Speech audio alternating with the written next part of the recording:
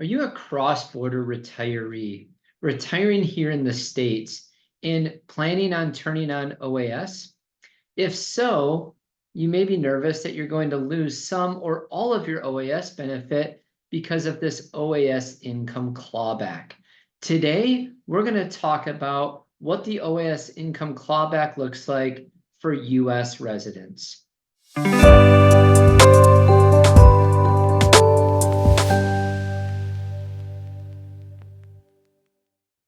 Hello, my name is Brian Haggard. I'm a certified financial planner, chartered financial analyst, and I'm the founder of Retirement Financial. We help simplify your cross-border retirement plan. One of the questions that we get a lot, and one of the biggest, I would say, misinformation that we see out there is about our clients' OAS benefits. And today, what we're going to talk about are what kind of OAS, what is your OAS benefit going to look like? And we're also going to talk about this income clawback and how that may impact you as a U.S. resident collecting your old age supplement benefit from Canada. So first of all, I want to just talk about some OAS or old age supplement, some basics behind it. First and foremost, typically, in order to qualify for OAS, traditionally you have to have lived in Canada for over 20 years and then had left Canada in order to collect OAS from a different country. Now, if you're retiring in Canada, you actually only have to have been a resident of Canada for 10 years.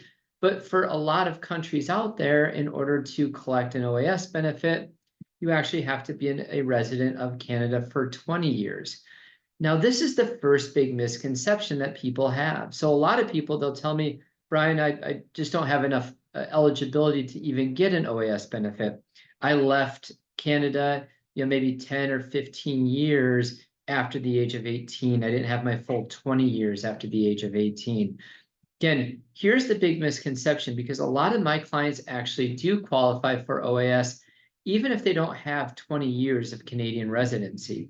And the reason that is you can actually use your U.S. Social Security credits to help earn OAS credit. So for example, let's say that you've been a resident of Canada for 15 years, you moved to the States and you worked here for 10 years.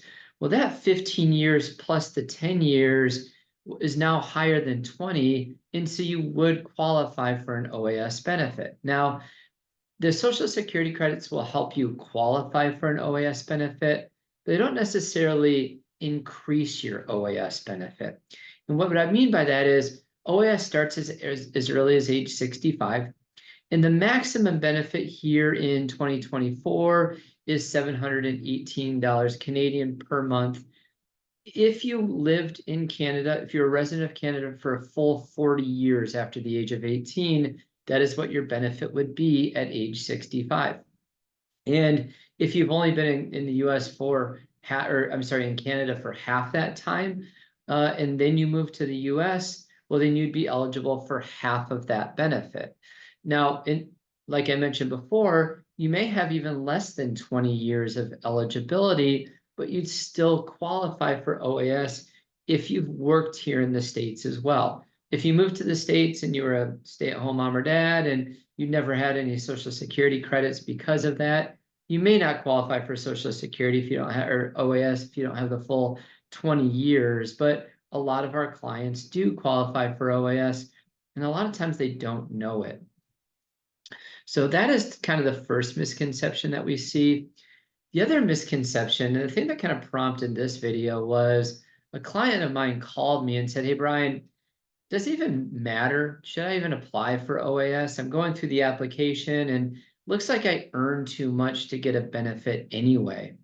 And so let's talk a little bit about this OAS recovery tax, or some people will call it the OAS income clawback. And what that is it is a tax that you pay if you earn too much on your OAS benefit. So for example, if you're collecting OAS, you have to fill out a special form. It's called an OAS return of income form.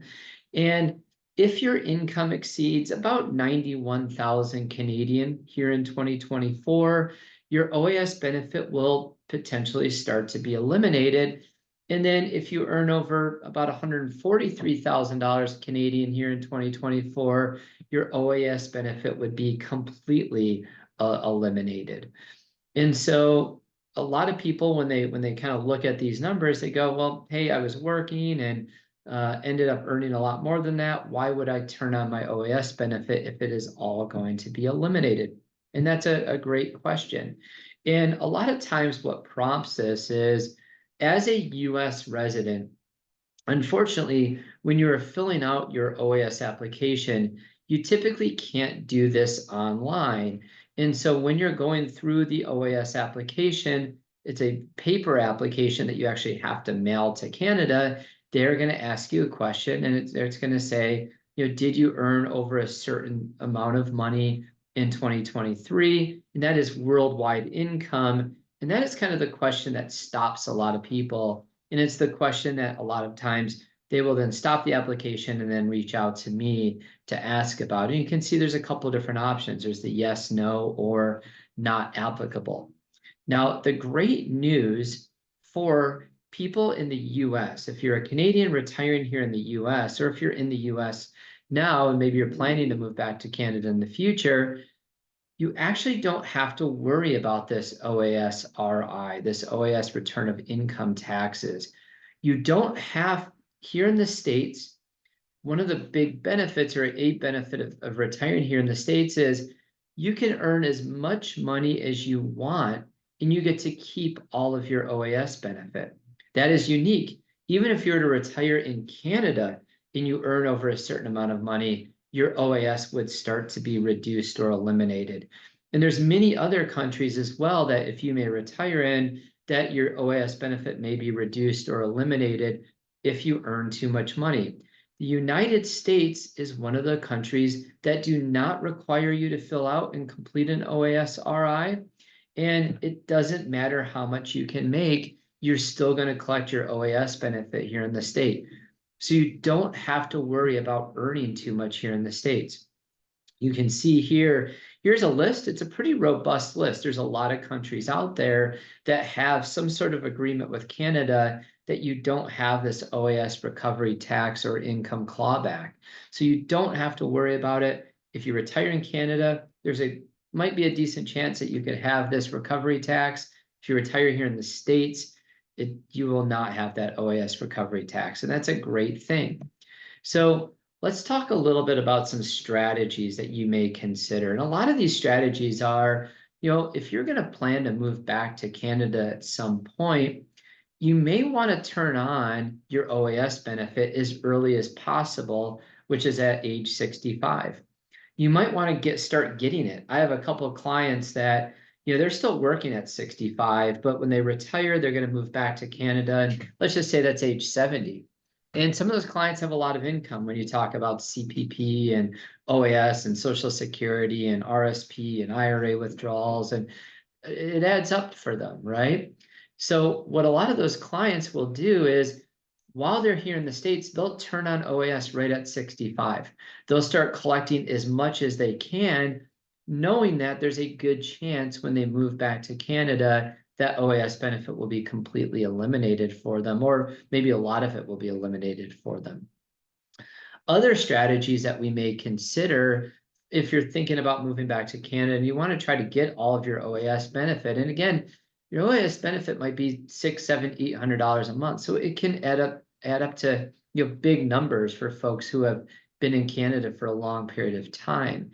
So other strategies are, try to get your income as low as possible before actually being in Canada. So you might do large Roth conversions while you're here in the States, or you might end up taking out RSP withdrawals in the States. If you have large capital gains, you may want to trigger those capital gains before turning on your OAS benefits. Different strategies that you don't have to worry about as a long-term US resident, but you may want to worry about if you're going to move back to Canada eventually. Again, you want to make sure that you are getting all of the money you qualify for. Again, the last strategy is so many people just don't realize all of the benefits they qualify for from Social Security and CPP and OAS and how to maximize that. Make sure you're getting your money. And for a lot of people, I see them not collecting an OAS benefit. Maybe they talk to somebody at Service Canada, maybe they talk to somebody here in the US Social Security, but they're not collecting their OAS benefit, even though they're eligible for it. Thank you so much for listening to the video today. Again, my name is Brian Haggard. I'm a certified financial planner, chartered financial analyst, the founder of Retirement and Financial. If you're interested in working with a financial advisor that understands your complicated cross-border retirement, feel free in the comments to look us up and go to our website, retirementin.com. Thank you very much.